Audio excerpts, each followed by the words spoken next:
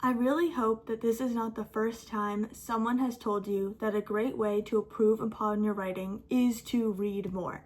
Reading is, in and of itself, your writing, your craft, your hobby, your passion, your art, whatever you want to call it, already played out, already written out, already there for you to study and read and to use as practice.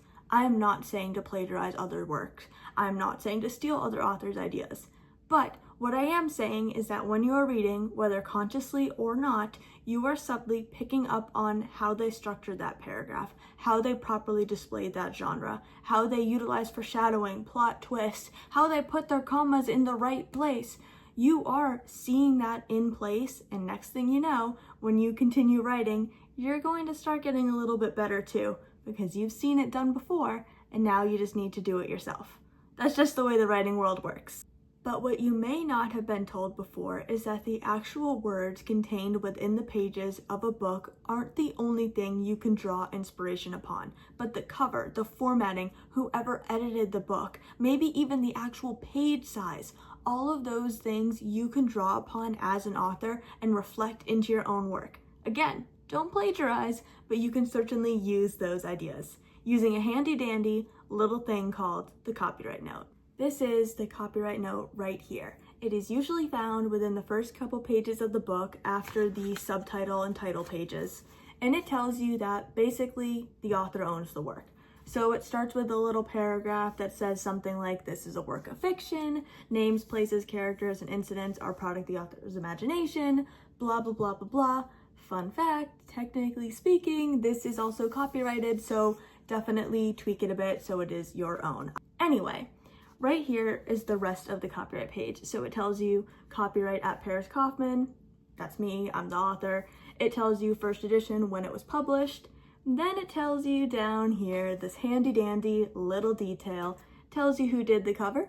It tells you who did the illustrations because The Empty Manger is fully illustrated. It tells you who edited it. It tells you who formatted it, me. Tells you the Library of Congress number, the ISBN. This middle section right here, if you love the cover on somebody's book and you think, wow, I wish I had a cover that looked like that, they tell you exactly who did their cover art. And you know what? You're allowed to contact their cover artist and say, hey, I saw your work on this book. It looked phenomenal. Do you think you could do a cover for me as well? I mean, if you're not utilizing the copyright note as a part of your research for finding a new editor and a formatter, I don't know what you're doing. Let's just leave it at that. Let's test this theory with the copyright notes of a couple of other books. First up, The Boy Who Played Soldier by McKenna Rowell. Let's say I'm looking for a cover designer and I am absolutely blown away with this cover, which let's take a moment to admire it. Look at how stunning it is. Look at the details, the snow, the spine, and even the back cover. I mean, I'm obsessed with this cover, okay? I'm obsessed with this book in general. I highly, highly recommend it. So I could get blown away easily, but let's go right to the copyright page because I'm looking for a new cover designer desperately, and I'm in love with this cover, and I want to see who did McKenna's work. So I go to the copyright note, which is right in the front of the book, and I see that there's a copyright that McKenna owns this book, all rights reserved, that names, characters, places, events, etc. Any recognition, any semblance of actual peoples, that's an accident. Cool, that's great. That's not what I'm here for. Tells me who did the editing, also great news, but again, we are here for cover design, Mibble art. So now I go online and I look up Mibble art and I see that Mibble art is an art platform for authors. They do covers, they do formatting services, they offer bookmarks and business cards and logos. I have used them a ton. McKenna has used them a ton. Now, you know what else they do? They also accept new clients. So now you can say, hey, I've seen your work. I read The Boy Who Played Soldier by McKenna Rowell, absolutely blown away. Do you think you could put something together for me? And they're going to tell you, absolutely, yes, we can help you with that. Moving on. We now have Threads of Amends by Mia Dorsch. Now, this one is going to be a little bit different because Mia did everything. She did the story, she did the cover, she did the illustrations inside. So instead of laying out everything individually, it simply says that everything belongs to her because it does. She did it all and she did phenomenal.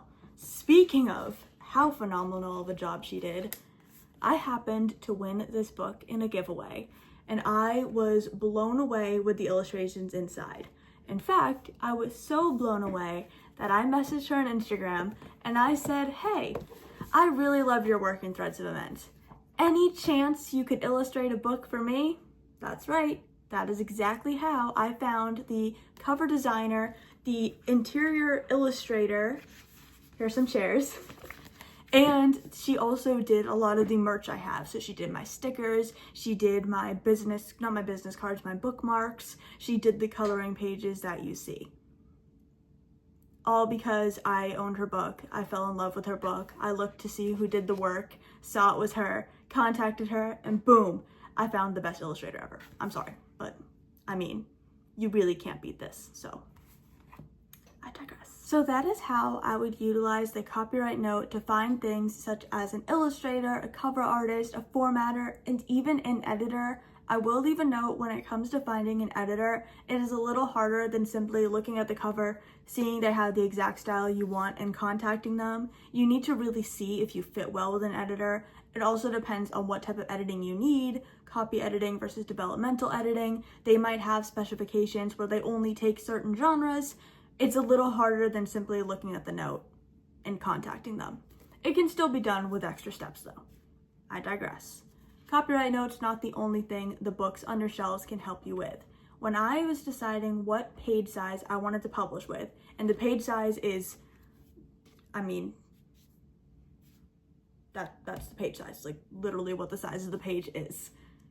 I was looking at books on my shelves with a ruler, and I found a size that I liked, and that is the size I publish with. That is the secret behind this size that I use for my Magi books. It is 5.25 by 8 inches. I think it's a good size because it's not too big, it's not too small. The book opens all the way without problems, but it also doesn't crease the spine. So 5.25 by 8 inches, that is what I publish under. I will leave a note when it comes to the Empty Manger.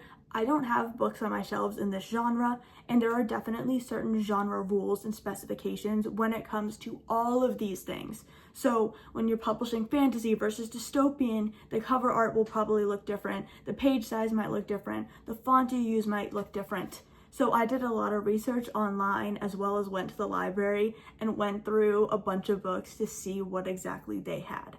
Sometimes you might not have the books on your shelves, but when you do, they certainly come in handy. Thank you for watching this video. I hope if you are currently in the trenches of trying to find an artist or an illustrator, a formatter, an editor, whatever it may be, that this was able to help you out and you are now rushing to your shelves to see what exactly those copyright notes say. Final thing I want to leave you with is you don't need to use specifically indie books for this.